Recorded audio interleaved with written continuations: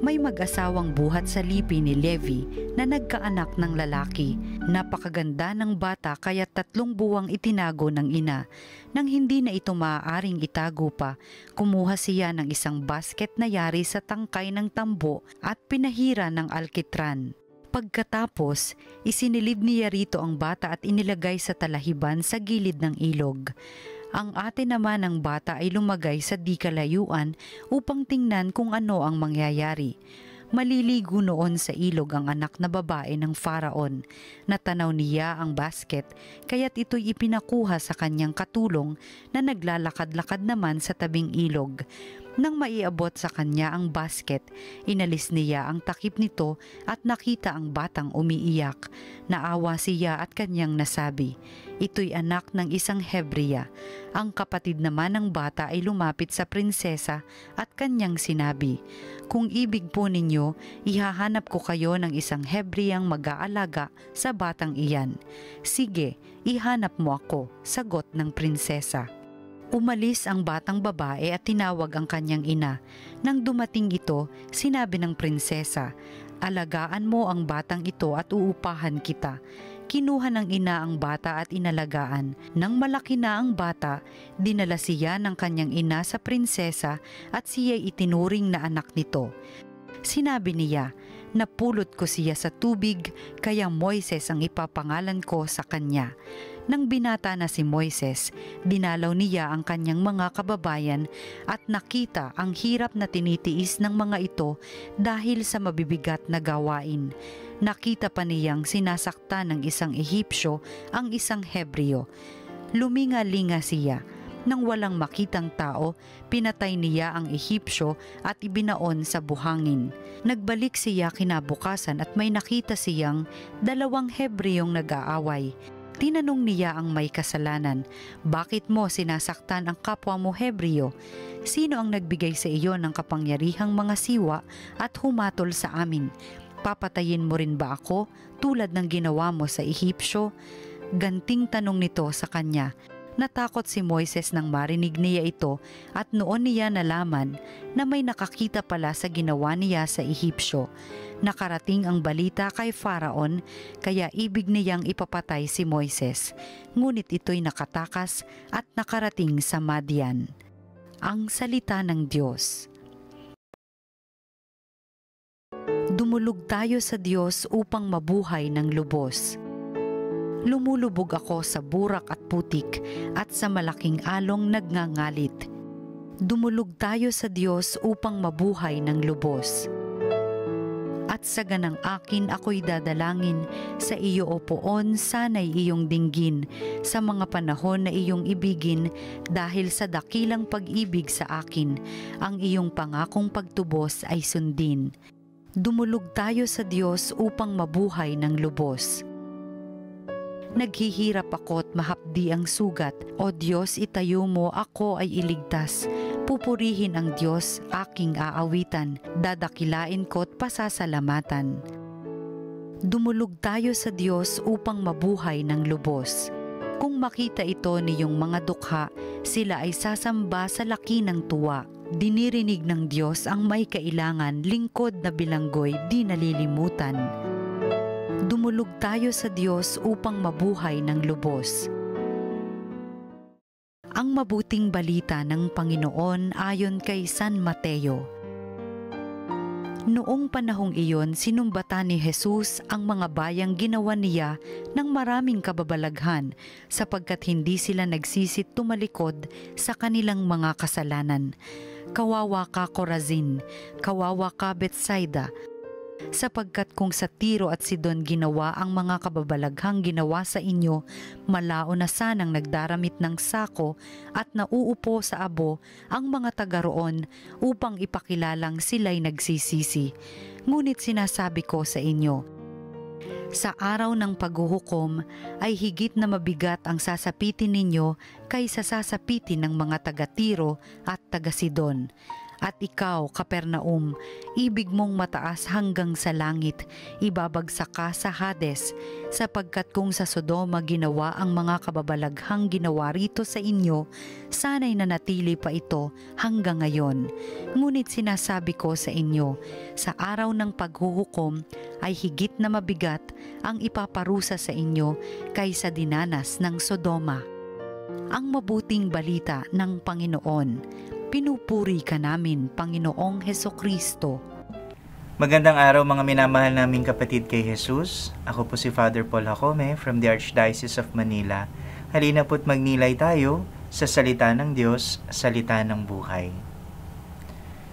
May mga pagkakataon po sa buhay natin na matututo tayo hindi lang sa larangan ng mga natutuklasan nating kaalaman, sa eskwelahan, sa atin pong kabuhayan, at sa iba't iba pa pong mga bagay na ating pinagkakaabalahan. Ngunit kadalasan, hindi man parati pong madali, mayroon din pong mga karunungang iniaalok mula sa karanasan ng panghihinayang. Pero ito nga po ang tanong, kailangan mo na ba tayong manghinayang bago may matutunan? Ang tagpuan sa ebanghelyo natin ay paanyaya rin po sa bawat isang nakikinig. In every moment, we are given a chance to see God's ways more closely. And yet, in every moment as well, we are asked to make a choice. Minsan nababanggit natin, sayang na sayang talaga. Ito yung mga pagkakataon na sana, pero naging bato pa, ika nga nila.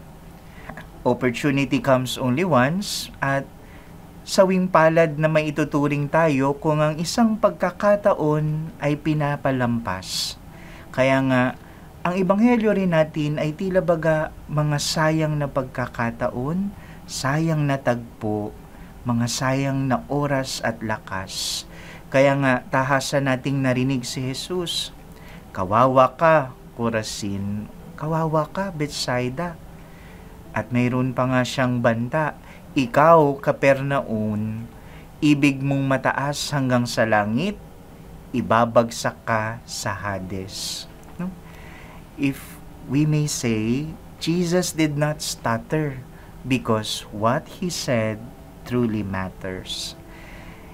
Kung atin pong babalikan kahit sa kasulatan, maituturing na isang tanyag na lungsod nung panahon ng mga pagkilos at yung tinatawag na Ministry of Jesus, itong lugar na Chorazin. Kasi sinabi dito, kung atin rin pong titingnan, naroon yung tinatawag na Seat of Moses. Kaya nga, sa iba't ibang mga tagpo sa kasulatan, ito yung tinatawag na upuan ng mga nangangaral ng kautusan. Dito na uupo yung mga eskriba at pariseyo sa tuwing ipinapahayag nila yung kautusan na ibinahagi kay Moises. Dito binabasa ng mga pariseyo at eskriba, pero dito rin sila pinagsasabihan ni Jesus, Kasi kadalasan, binabanggit man nila at sinasambit mula sa kanilang bibig ang mga aral, ngunit hindi naman nila ito pinapatotohanan sa pamamagitan ng kanilang mga gawa. Sa kabilang banda, ang lugar ng Bethsaida, ito'y naging tanyag rin noong panahon ni Jesus dahil dito naganap yung pagpapakain ng 5,000 lalaki. Dito rin pinagaling ni Jesus yung isang bulag na muli niyang pinabalik sa kanilang komunidad. Sa kabilang banda rin, yung Kapernaum na tinatawag, it may be regarded as the hub of His Galilean ministry. Kasi alam natin, ito yung lugar kung saan tinawag niya rin sila Pedro, Santiago at Andres. At kung babalikan rin sa Ebanghelyo, dito tinawag yung isang maniningil ng buwis na si Levi na siyang tinawag rin niyang Mateo. Maraming naganap, maraming nangyari sa mga lugar na ito. Kung tutuusin, masasabi nating mapalad ang Chorazin, ang Bethsaida at Kapernaum sapagkat sa mga sandaling inilagi ng Diyos na nagkatawang tao sa mundo, siya'y nakapiling ng mga taga roon. Sila yung mga binigyan ng pagkakataon na makilala ng harapan si Jesus, makita ang mga kababalaghang kanyang ginawa. Pero tandaan din po natin, kailanman hindi hinangad ni Jesus ang simpleng paghanga lamang sa mga bagay na kamangha-mangha. Bagkus ang nais niya ay yung kusang loob nating pagtalima. Marami po sa mga pagkakataon na akala natin, miracles are ends in themselves. Pero kung ating susuriin rin, ang mga bagay na mga himala na nangyayari sa buhay natin, hindi lang naman ito yung nais ng Diyos na tayo'y mamangha. Nais niya na gamitin ang mga pagkakataong ito na kamangha-mangha para ang mangyari, ang kalooban natin ay maibaling sa mas tamang pagtalima. Maganda po yung karunungan na ibinahagi sa amin ng kapatid kong pari, Masasabi po ba nating mapalad o mapalad bang maituturing kung tayo man ay nakapakinig pero hindi naman naniwala? Mapalad nga ba tayo kung nakikilala rin natin si Jesus, subalit hindi naman tayo nanalig sa Kanya? Mapalad nga ba tayo kung inaanyayahan tayong magbalik loob, subalit nanatili tayo sa katigasan ng ating mga puso? Mapalad rin ba tayo kung binibigyan tayo ng pagkakataon na mailigtas, subalit pinili lang nating ito'y mapalampas? Huwag nating sayangin, huwag nating hayaang lampasan tayo ng mga pagkakataon. Mas mahalaga na tayo po'y magdesisyon at ang atensyon ay kay Jesus ituon. Let us not leave everything to chances. Rather, let us make a constant and conscious choice for Jesus.